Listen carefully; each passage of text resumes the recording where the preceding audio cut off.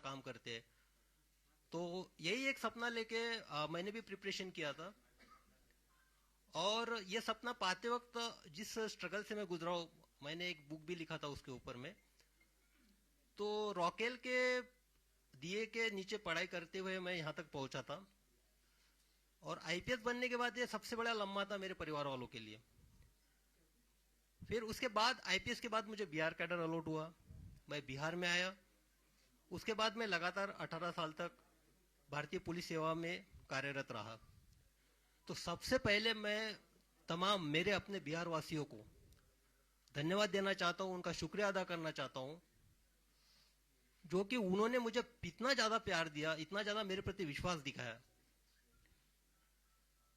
और दूसरा, आप लोग जो एक न्याय देने की प्रक्रिया के अंतर्गत मैंने लड़ाई लड़ी है सेवा में रहते हुए, उसमें आप सब लोगों का, मीडिया कर्मियों का बहुत बड़ा योगदान रहा है और मैं खुले दिल से एक्सेप्ट करता हूं।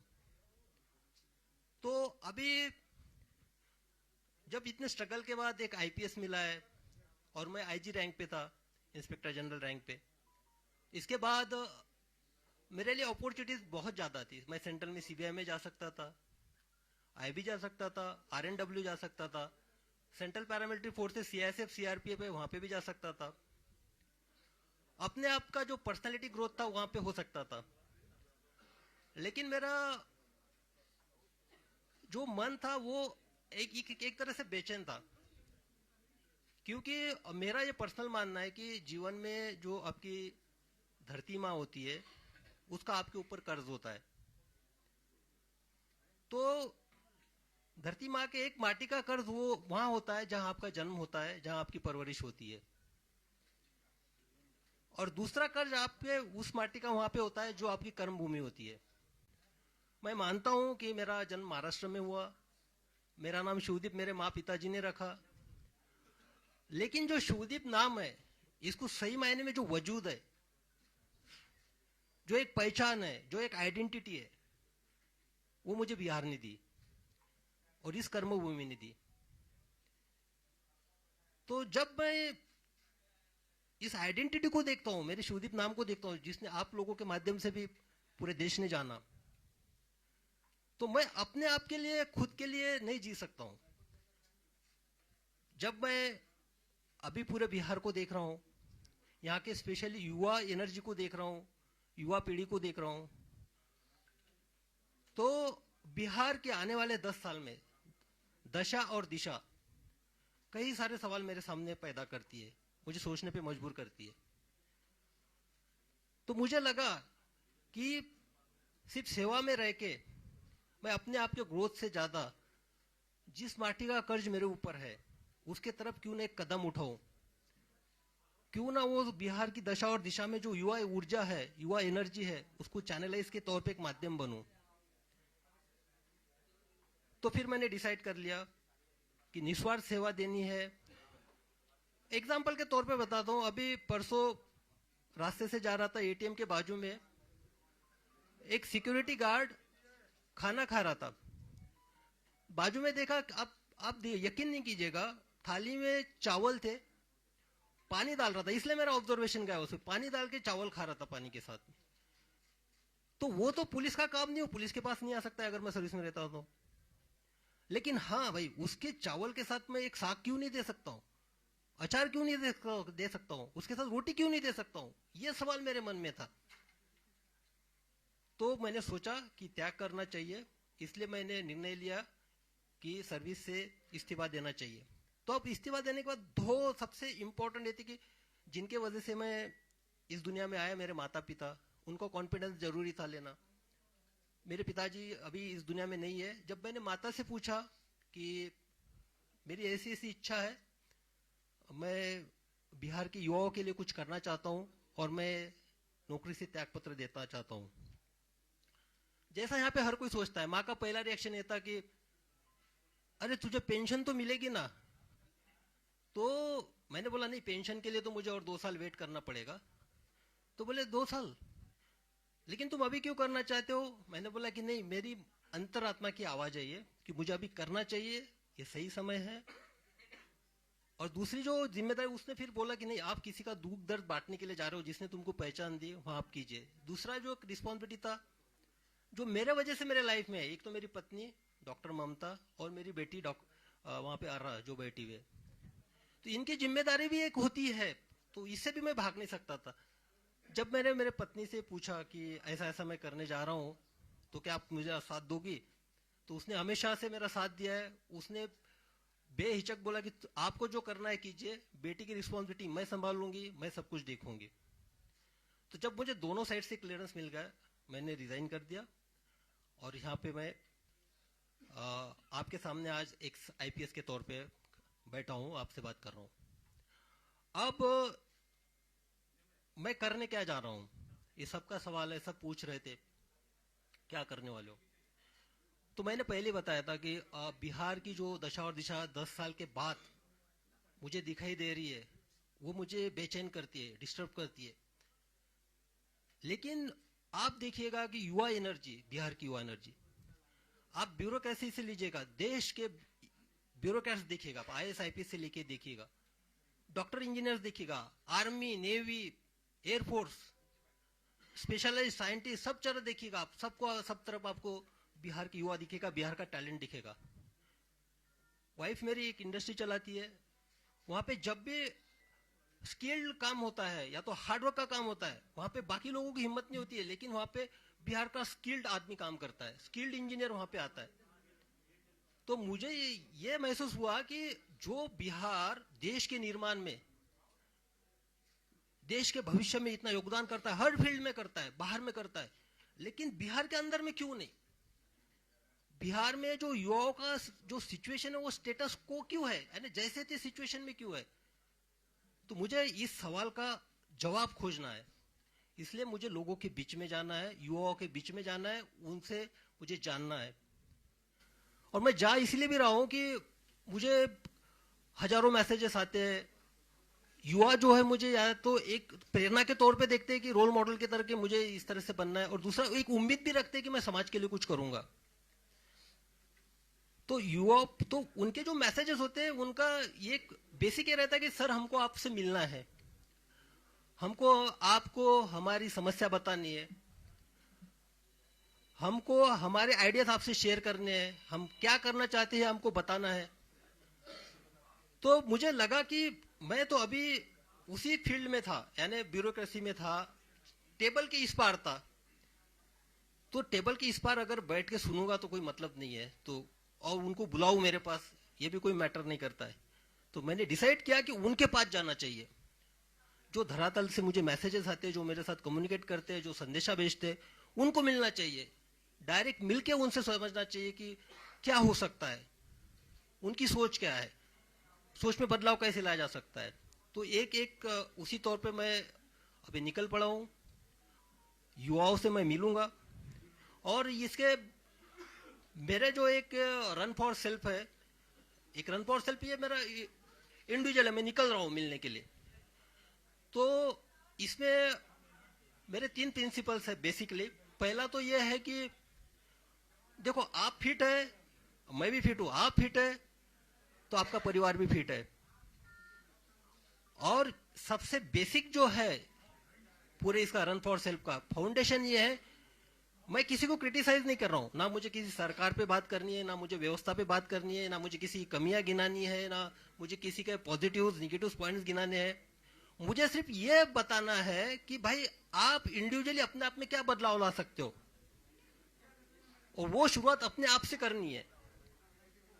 तो उसी के तौर पे बदलाव आपसे तभी चालू होगा, आप पहले फिट हो गए। फिट होने में इतना मतलब नहीं कि आपको कुछ बॉडी वॉडी बनाना है या ये करना है।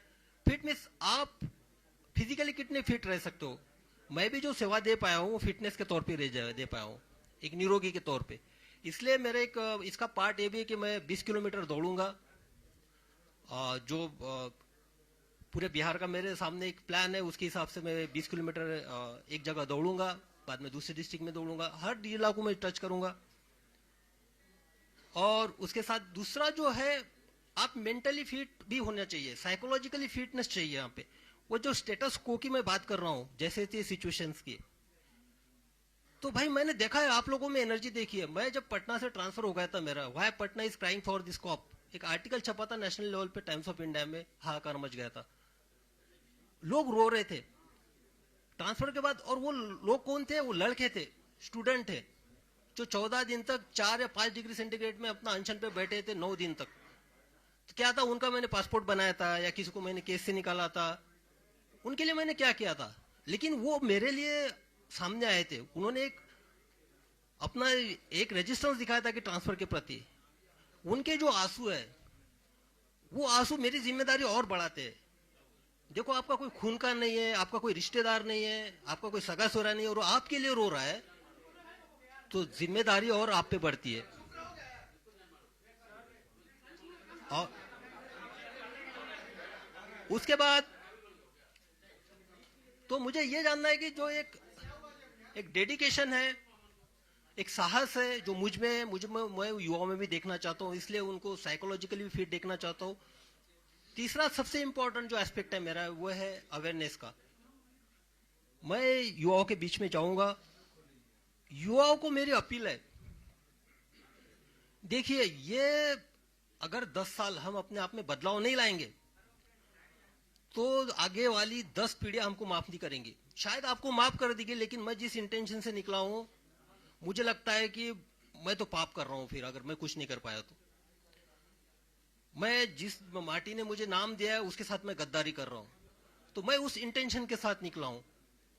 तो लोगों से इंटरेक्शन करना है, स्पेशली युवाओं से, जो 10 साल के आगे की जनरेशन को एक नए मुकाम पे जाए, बिहार की दशा दुशा को बदलने की कोशिश करे, और उनसे बात करते हुए उनके आइडियाज आएंगे, उनके प्रॉब्लम सुनने में आएंगे, सर आएंगे, तो मिलके बैठते हैं, मिलके चलते हैं। ये सफर हम सबके साथ का है, युवाओं का और मेरा सफर है ये। मैं आपके साथ में रहूंगा। जब प्रॉब्लम सामने आएंगे तो उसका सोल्यूशन भी हम ही लोगों को खोजना है, हम ही लोगों को साथ लेके आगे बढ़ना है। तो इसी के लिए ये 3 प्रिंसिपल के तौर पे मैं निकला हूं। और मेरे कर्म भूमि की शुरुआत मुंगेर से हुई थी, प्रोबेशन पीरियड भी वहां पे था, और वहीं से मेरा जो बिहार की जनता ने प्यार और मोहब्बत देने की कोई शुरुआत वहीं से हुई थी। तो मेरा जो शुरुआत होगा 4 तारीख को मुंगेर से होगा। मैं कुछ नहीं करने वाला, मैं सिर्फ लोगों से मिलना हूँ, उन सुनने जा रहा हूँ, बस उनके पल्स देखना चाहता हूँ, क्या कहते हैं, क्या है उनकी एक्सपेक्टेशन है, क्या करना चाहिए, क्या होगा कि ये जो दशा और दिशा बदल जाए, क्या होगा कि जो हम भारत निर्माण में बाहर के सब स्टेट के निर्माण में इतना आगे है, लेकिन यहाँ पे क्यों नहीं है। तो ये एक है। उसके बाद देखिए, मेरे जब भी मैं एसपी था तो आप सबको पता है, सबने कवर भी कर लिया। एक तो क्या, मैं जिस चेयर पे बैठा था, सामने वाला जो कंप्लेनेंट जिस चेयर पे बैठेगा उसी चेयर पे मैं बैठता था। मैंने कभी भी टॉवेल वाली चेयर और ये चेयर पे एसपी शिप में मैं बैठा नहीं हूँ, क्योंकि वो समानता होती है। ये जो है सिर्फ एक एडमिनिस्ट्रेटिव में वहां पे पोस्ट पे था, लेकिन मेरे लिए सबसे इंपॉर्टेंट था जिसकी मैं सेवा दे रहा हूँ, उसको भी फील होना चाहिए इक्वेलिटी का। तो मेरे यूनिफॉर्म का एक ही प्रिंसिपल था, यूनिफॉर्मिटी इन एक्शन। मेरे सामने मैं इंसानियत को देखता था सिर्फ। मेरे लिए धर्म, जात, रिलीजन, उसका क्षेत्र ये मैटर नहीं करता था, और सब लोग जानते ही। और दूसरा था यूनिफॉर्मिटी इन पर्सनैलिटी। मैं सबके लिए अवेलेबल था, जो अंदर था वो बाहर था, जो था मुंह पे था। तो वहां पे देखा, जब मैं मेरे दरवाजा ऑफिस का हमेशा खुला रहता था, कभी उसको डोर नहीं लगता था उसमें। जब ऑफिस से मैं निकलता था तभी डोर लगता था, तो मुझे सामने दिखाई देते थे। जब मैंने सब लोगों को इंटरेक्शन, यानी सीधा आप आइए, कंप्लेंट बताइए, किसी आपको मीडिएटर की लेने की जरूरत नहीं है, क्योंकि आपको आवाज आनी चाहिए, आपकी आवाज मुझे सुनना है, आपकी आवाज मुझे बनना है, फिर न्याय देने की कोशिश करनी है। तो इसी तरह मुझे लगा कि किसी के थ्रू नहीं बात करते, जो बात करनी है सीधा बात करते हैं। इसलिए एक ऐप डेवलप किया, और मैं बता देना चाहता हूँ कि ये जो ऐप डेवलप किया उसका नाम है कनेक्ट विद शिवदीप, और वो बिहार के लड़कों और लड़कियों ने किया है। उन्होंने क्या, बिहार के लड़के और लड़कियों को सामने आए, जब मैंने उनके सामने एक आइडिया रखा, बोले कि नहीं सर हम डेवलप करते, तो उन्होंने एक कनेक्ट विद शिवदीप नाम का ऐप किया। उसमें आप डायरेक्ट कनेक्ट मेरे साथ हो सकते हैं, आप आपकी समस्याएं रख सकते हैं, क्योंकि बाकी जो इतने सारे प्लेटफॉर्म हो गए उसमें मैं फोकस नहीं कर पाऊंगा, तो इसमें मुझे एक आइडिया आ जाएगी। तो कनेक्ट विद शिवदीप का जो ऐप का जो है वो भी आज ही लॉन्च उसका ऑलरेडी हो चुका है, गूगल प्ले स्टोर पे आ चुका है। उस पर भी एक है कि आप मुझसे उससे कनेक्ट हो सकते हैं। तो बस यही है। और एक कंक्लूडिंग रिमार्क मैं यही बोलना चाहता हूँ, देखिए मैं सिस्टम की साइड में था, टेबल की साइड में, मैं सब जानता हूँ, हर विभाग के बारे में सब जानता हूँ मैं, क्या होता है क्या नहीं होता है, किस तरह से होता है, और उसका इलाज भी जानता हूँ किस तरह से होना चाहिए, क्या नहीं होना चाहिए और कैसे काम करवाना है करके। अब टेबल को उस टाइप में लोगों के साथ जो यानी स्पेशली युवाओं के साथ जोड़ के देखना चाहता हूँ। और भाई मैंने यूनिफॉर्म छोड़ा है, खाकी छोड़ी है मैंने, यानी खाकी मेरे ये निकली है, लेकिन जब मैंने डेडिकेशन और एक इंटीग्रेशन के साथ इंटीग्रिटी के साथ जो काम किया ना, ये खाकी अब मेरी चमड़ी बन चुकी है। मेरे ऊपर खाकी का यूनिफॉर्म नहीं है लेकिन अंदर मैं खाकी हूं, मेरे इसमें सब यूनिफॉर्म है। तो बस उसी तौर पे अब निकल पड़ा हूं। अब आप लोगों का हमको सहयोग रहेगा। मैं आपके माध्यम से अपील भी करना चाहूंगा, जो बिहार की दशा और दिशा 10 साल में बड़ा बदलना देखना चाहते, अपने आप में बदलाव लाना चाहते, कृपया वो हमसे जुड़े, हमारे साथ सहकार्य करे। हमको बिहार बदलना है, क्योंकि ताकि अगर ये 10 साल हम कर पाएंगे तो आने वाले 10 नस्लें याद रखेंगे कि नहीं उस जनरेशन ने किया था। और आप सबको जानते हैं कि मेरा निस्वार्थ रहता है, स्वार्थ इसके पीछे कुछ है नहीं। तो बस सर सर आपने कहा कि मैंने फांसी छोड़ी है, तो क्या खादी पहनेंगे क्या निकट भविष्य में? भाई सबसे पहली बात है कि मुझे पहले लोगों से मिलने तो दो, पर्स तो जानने दो लोगों का, क्या उनका क्या कहना है ये तो सुनने दो। मैं तो टेबल की इस पार था, अभी जाने दो, अभी अभी तो निकला हूं मैं। मोट, मोटिव ये नहीं होता है, मोटिव होता है निस्वार्थ सेवा, निस्वार्थ सेवा। सेवा का स्कोप उसमें और ज्यादा है सर, खादी पहनने में। खादी के बाद सर आपकी और बीमारी जो है पूरा कर सके, ऐसा भी तो होता है। देखिए ये जो है ना, ये इस पे नहीं, मुझे पहले पल्स देखने दीजिए यंगस्टर्स की क्या है। यंग जनरेशन यही है, पता है यही है कि पहले से अभी जैसा कि आप ब्रेकफास्ट आप कर रहे हो, ब्रेकफास्ट के वक्त भी आप भी लंच की भी खाना चाहते हो, डिनर भी खाना चाहते हो, तो बदहजमी हो जाएगी। पहले भाई देख तो लीजिए आपका पेट का साइज क्या है, आप पचन कर सकते हो कि नहीं कर सकते हो, उसको पहले देखने तो जी युवाओं में क्या एनर्जी है। युवाओं का वो स्टेटस को में है ना फिलहाल में, जैसे थे में बाहर जाने के बाद एकदम ब्रॉड हो जाता है, और यहाँ आने के बाद एक उनकी मानसिकता के साथ ये हो जाता है, तो उसको एक एक करके वन वन बाय आपको पता है कि बिहार में बेरोजगारी है, पलायन करते हैं लोग, बाढ़ का इलाका है, सारी समस्याएं आपको पता है। तो फिर ये जा करके लोगों से बात करने, रिपोर्ट आपके सामने होगी, चीजों को देख सकते हैं, पढ़ सकते हैं, किसी पार्टी की विचारधारा होगी जिससे आप प्रभावित होंगे। घूमने का मकसद क्या है कि आप नेता बनने जा रहे हैं, लोगों को कहने के भाई चाहता हूँ आपका समस्या सुनाए, फिर आप चुनाव लड़ेंगे, एक टारगेट होगा आपका। नहीं, ये आप गलत बोल रहे हैं कि किसी विचारधारा से आप प्रभावित होंगे उसी किसी पार्टी का, ये तो आपका भ्रम है भाई। हम किसी पार्टी की विचारधारा से प्रभावित नहीं है, हमारी अपनी विचारधारा है इंडिविजुअल। तो जो होगा हम अपनी विचारधारा के साथ जाएंगे।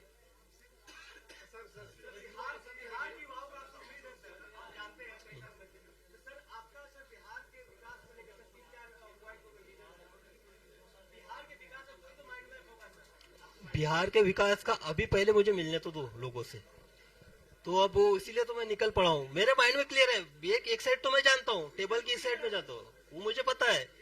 आप हेल्थ सेक्टर लीजिए, एजुकेशन सेक्टर लीजिए, उसके बारे में मुझे पता है कुछ भी।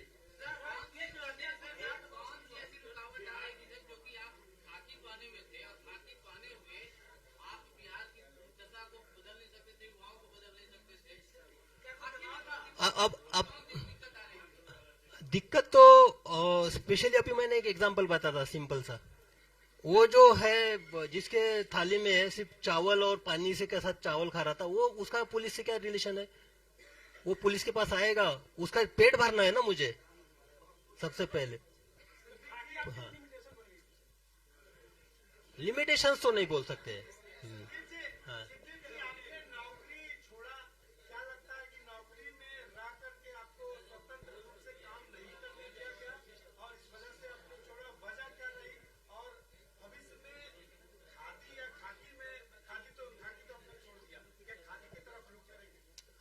मैं पहले क्लियर चुका हूँ, एक माटी का कर्ज उतारने के, इसमें एक मेरा पहला कदम है।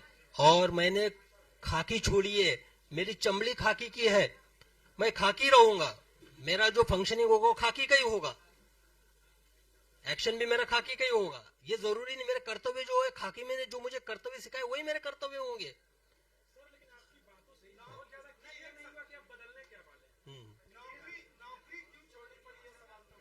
नुक नहीं, मैंने तो बताया, ये मेरा सेल्फ डिसीजन था, व्यक्तिगत निर्णय था।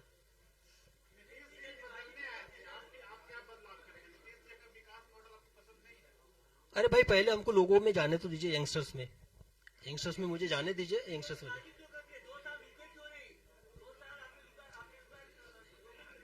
हाँ, जल जल्दबाजी, ये आपको लगता है, आपकी अपनी सोच है, मुझे नहीं लगता कोई जल्दबाजी हुई है। चले, thank thank you, thank you. You. और सबसे ये मैं कहना चाहता हूँ कि हर चीज को एक पॉलिटिकल एंगल से मत देखा कीजिए। और ये तो मैं क्लियर कट अभी बता देना चाहता हूँ कि जो भी बाहर रूमर्स चल रहे हैं, मैं किसी के साथ जुड़ने वाला नहीं हूँ। ठीक है, थैंक यू।